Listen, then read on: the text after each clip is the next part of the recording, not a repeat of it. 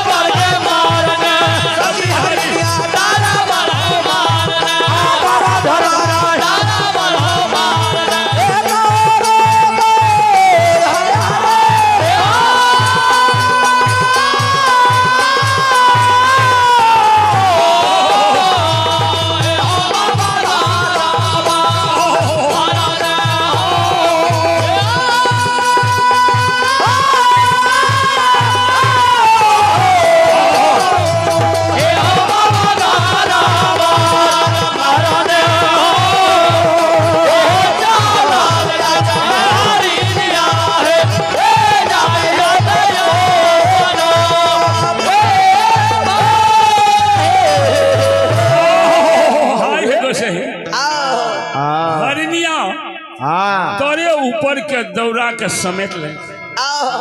चादर खूट में बांध उठा के सिर पर ला आ गहबर खुलले तो खुलले रे क्या तो गोसाई तो निकल गए हरनिया कपार पर लग गया दरबार चल गए पुनितपुर आप जे है पहने देखे डोमार के कनियो को मुर्का लगा दे जय हो सिंगार पिठार क्या दे जे दिन से ज्योति बुआ के पोत कमाल लागले ओ दिन से कनियोटा के गहबर बना नी पैसा सिंगार पिठार कर लागल गोसाई बोले डोम के घर में आ हो हे गुरुदेव सरकार हरनिया लागले ओतबा काल में जय हो बाबू ज्योति पजिया समाज बाबा से भेंट का जो गहबर खुलल देख गहबर ये खुलल है बाबू ज्योति पजिया कल के माहे गए धर्म गहबर के खोलल को माली आमा खल के आइए भगवान के बारे में बच्चे लाल यादव है ग्राम किशनपुर उनके पोता है रोहन कुमार रवि कुमार की ओर से भगवान के बारे में शानदार 25 रुपए की दान है। एक बार जोरदार ताली बजाकर स्वागत हो जाए। श्रद्धालु की जय हो, दानी दाता की जय हो, दानी दाता की समस्त परिवार की जय हो। आमा कहल के हरिनिया अले कल के हम दौरा डल्ला कोबला के लिए ये यार निक सुख सहते तो हम गहबर में चढ़ोगा हो बाबू माय कहे छे बाबू गहबर हम नहीं खोलिया ये हरनिया दौरा डाली पसैल अब कल जोड़ के खल के धर्मराज बाबा हम जे कोबला के लिए हे या चढ़ा दे तू सुसार लाल हो हरिया हरनिया दौरा डला समेत के चादर खुद में बांध दे अब भाई के चल गए पुनितपुर जो गहबर गलैया बाबू जाति देखैया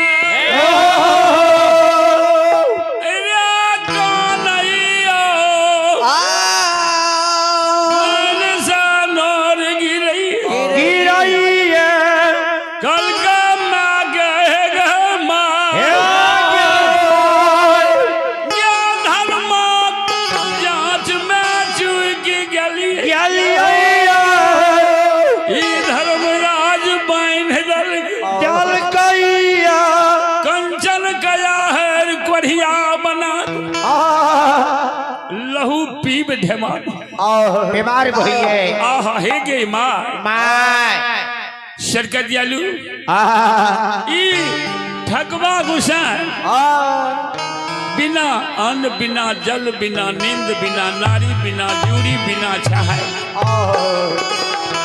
जनली बोन हमारा लिख दल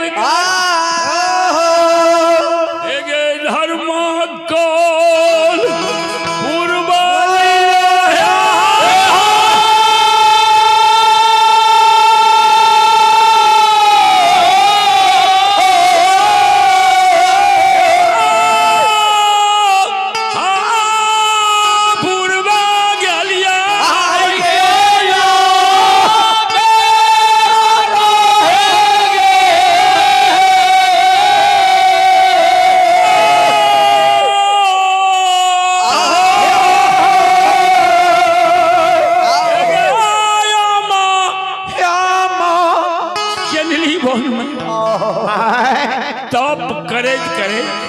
करे माँ है गे माँ मौस चाम मैट में मिल गए मैट में मिल गए आँख कान के सोसा से डाब कुछ जले जले माली है गे यदमा से माँ है गे सतनाम सतनाम नहीं छोड़ धर्मक नाम नहीं केवली में छोड़ली आदू भी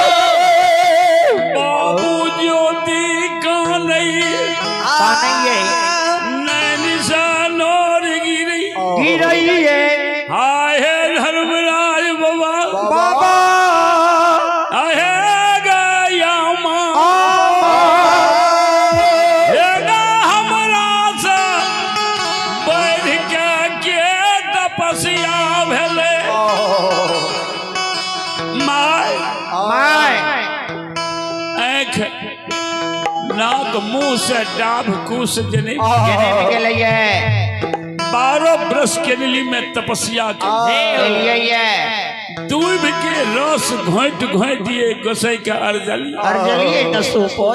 केजली से कमा के पोपी नानक हमरा से बढ़ के तपस्या भैया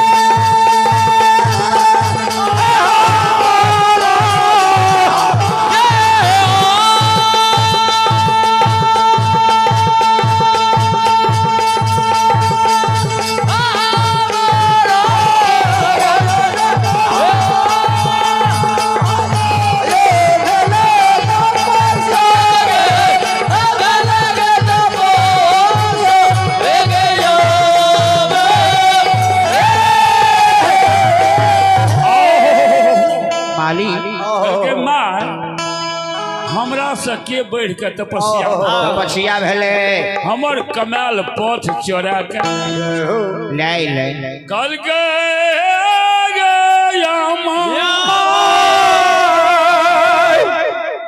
जल्दी ओकर नाम हमरा बता के हमर कमाल पथ चोरा के ले गेले और यदि वही गोसाई चोरबा के नाम नहीं बते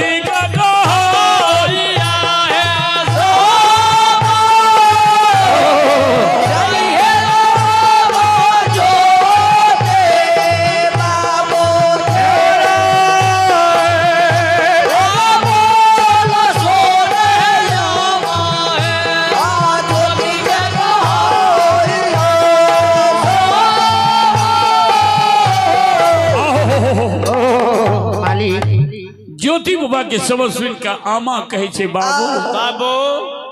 हम तो नहीं ककरो देखलिए एगो बात कहल मकमापुर में अंधु माइल बस सबके गहबर में फूल दै छे चल जा मकमा पूछियो जे केकर गहबर ऋतुहान लागे छे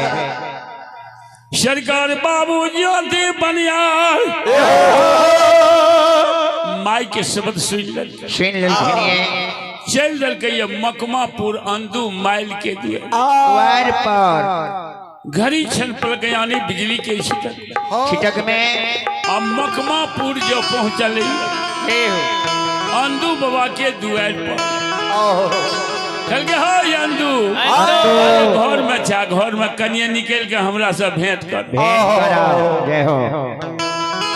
अंधु बाबा सुनल के ले दुआर पर कल के की बात छिए कल के हो अंधु 12 बरस पर केदली से पोत कमा के गहबर में राख दे हम चल गलो समाज से भेंट करे ले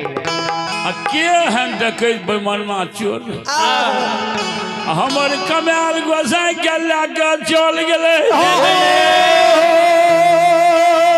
कहो तू केकर गहबर ऋतुहान लागे अंधु बाबा कहल के मकमा और सखुआ पुनीतपुर सगरे हम फूल दै छियै जरूर आज फूल दे गेलिए रहो तो पुनीतपुर में हरिया डोम के गहबर खल खल हंसे रहे बाबू जाकर देखो देख बेर जाके अंधु बाबा सुन लल गया गुरु ज्योति बनियार दूल्हा गल हो बाटिया दूल्हा गल हो बाटिया गुरु बाबा दूल्हा गल हो बाटिया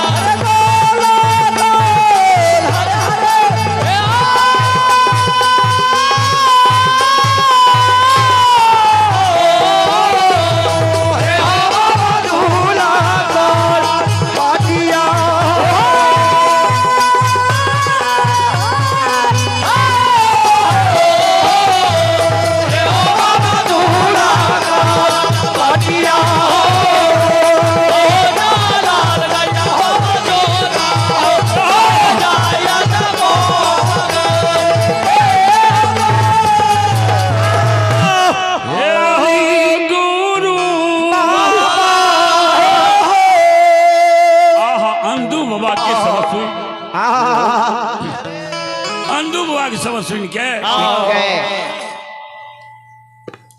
बाबू ज्योति बजियार चल दिल के सरकार। आइए भगवान के दरबार में प्रीतम यादव और प्रिंस यादव के पिता विनोद यादव की ओर से भगवान के दरबार में बड़ी श्रद्धा पूर्वक बड़ी उदारता से शानदार 50 रुपए की दान है। जय हो दानी श्रद्धालु की जय हो, दानी श्रद्धालु की समस्त परिवार की जय हो। आइए आप हैं श्री बेचन पनियार के पोता हैं सौरभ कुमार, गौरव कुमार, गोलू कुमार, गुलशन कुमार की ओर से भगवान के दरबार में शानदार 51 रुपए की दान है। जय हो दानी श्रद्धालु की जय हो, दानी श्रद्धालु की समस्त परिवार की जय हो।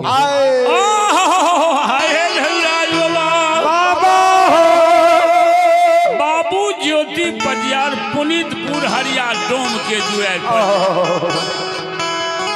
हरिया हरिया सुगर चरावई जहना के अंगना देखे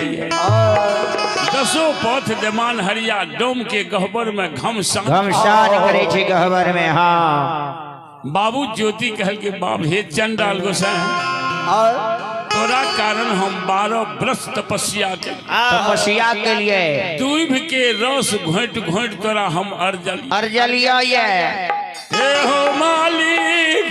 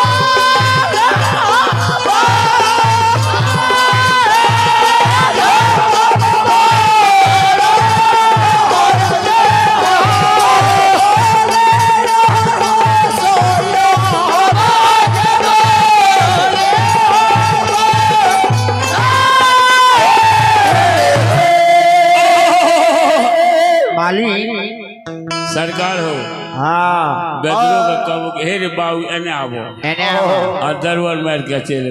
हे सरकत कर जा कटी बुबा मार भागी जी हाँ जते जोर से चिगरे जे गोसाइयो बाबा छै कदे यार हमला हल्ला करे उदास सब कहल कलू जोते रे के आबो हाँ बा। आठा भैया हाँ गोसाई बुझल के हमरा आज दे हाँ सरकार यालू गले तो फैसिए गोसाई भाई जिए उदय सहल उदय सहल वो कहे आबो आ बुझे के हमरा आबे कहिए गोसाई कहे उदय साहब तो कलहू पर बैसल रहे आ कलहू जोतैत रहे आ बरत के कहे आबो गोसाई कल के हमरे हाथ दे आ गोसाई चल गेले कलहुआ घर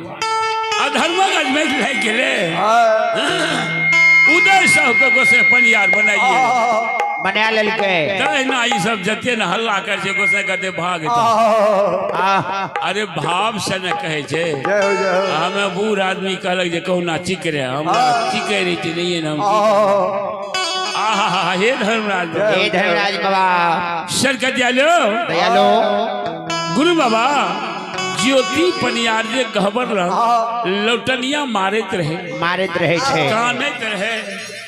जे हे धर्मराज बाबा 12 वर्ष हम केदली में तपस्या के लिए दूध के रस घोंट घोंट के अर्जन आहा हे धर्मराज बाबा आ तोरा जी में माया दरेक नहीं लागे हमरा छोड़ के डोमिनिया के लोभ में दौड़ा डाली में लोभ गेलो रे दुश्मन अहिल कहल के गोसाई ठकना पनिया के पूत तौले भगवान दरबार में आप हैं युद्धवंशी युवा शक्ति कलवे सिरही के ओर से अब है सौरभ यादव, प्रिंस यादव, राकेश यादव, कुंदन यादव, सुमन यादव, मन्नू कुमार यादव मुखिया और बाबुल कुमार की ओर से भगवान के बारे में बड़ी श्रद्धापूर्वक बड़ी उदार हृदय से शानदार 51 निवेदन है। एक बार जोरदार ताली हो जाए। श्रद्धालु की जय हो, रानी दादा की जय हो, रानी दादा की समस्त परिवार की जय हो। सरकत जालू बाबू ज्योति जे गहबर लोटनिया दे रहे काने तखन गोसाई के दया भै गेले हमरे बान्हल बन्हुआ कंचन कया हर के कोढ़िया बना दिलिए लहू पीज पे मार बहैया जे बाट जाय रहे वो बाट बहल जाय बहिन नहीं राखल यार नहीं राखल के अंचिल राजा चैया राखल के हे धर्मराज बाबा हामिद जी देखियो ज्योति पनियार के एते गज्जन के लेकिन हमर नाम नहीं भूलले आ ज्योति पनियार लौटनिया दे छे काने हरिया गहबर के बोन के चल गेले सुगर चल अगो से बाकी कर के हाथे से उचार भेल जय हो जय हो जय हो 8 आना गोसाई 16 आना में 8 आना निकल ले 8 आना गहबरे में रह गए आहा हे गुरुदेव 8 आना गहबर में रह 8 आना गोसाई बाबू ज्योति लाके पोपी है कनी अखनी हमरा अहाँ के गहबर के देखबे हरिया आ कोनो डोम के गहबर के देखियो